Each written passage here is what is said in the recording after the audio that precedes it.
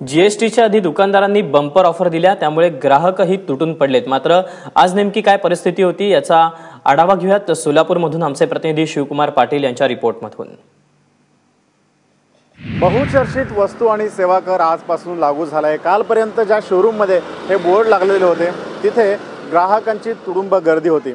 आज तुम्ही परिस्थिती बघू शकता की हे शोरूम सगळे रिकामे आहेत।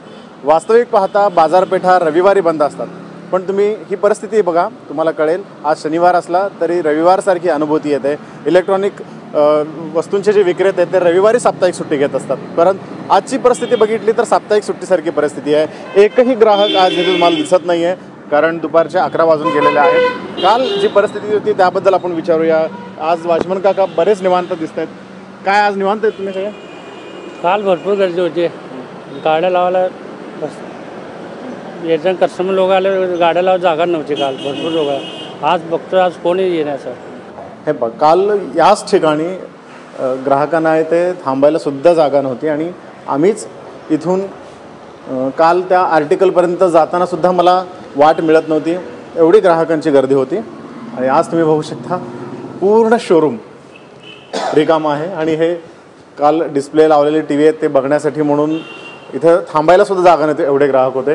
काल दिवसभर खूपच परेशान झालं, कारण कस्टमर एवढं होतं की जेवायला टाईम नव्हता, आम्हाला पाणी प्यायला पण टाईम नव्हतं, चहा प्यायला पण टाईम नव्हतं। काल जीएसटीचा ऑफर एकदम बेस्ट, चांगला आम्हाला फायदा भेटला।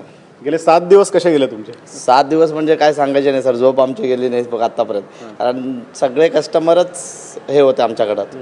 कारण आता तुम्हाला जे आहे आम्हाला बरं वाटतं, रिलॅक्स वाटतं। आता सुट्टीसारखा दिवस आहे का? आज सुट्टीसारखं वाटतंय। आज ज्या ग्राहकांनी खरेदीसाठी कालपर्यंत या शोरूममध्ये गर्दी केलेली होती ते आज इथे फिरकले नाही आहेत। म्हणजे जीएसटीमुळे कोणते दर वाढणार आहेत, कोणते कमी होणार आहेत याविषयीची संभ्रमावस्था ती कायम आहे। म्हणूनच ही काल गर्दी आणि आजची अशांतता हे वास्तव आहे।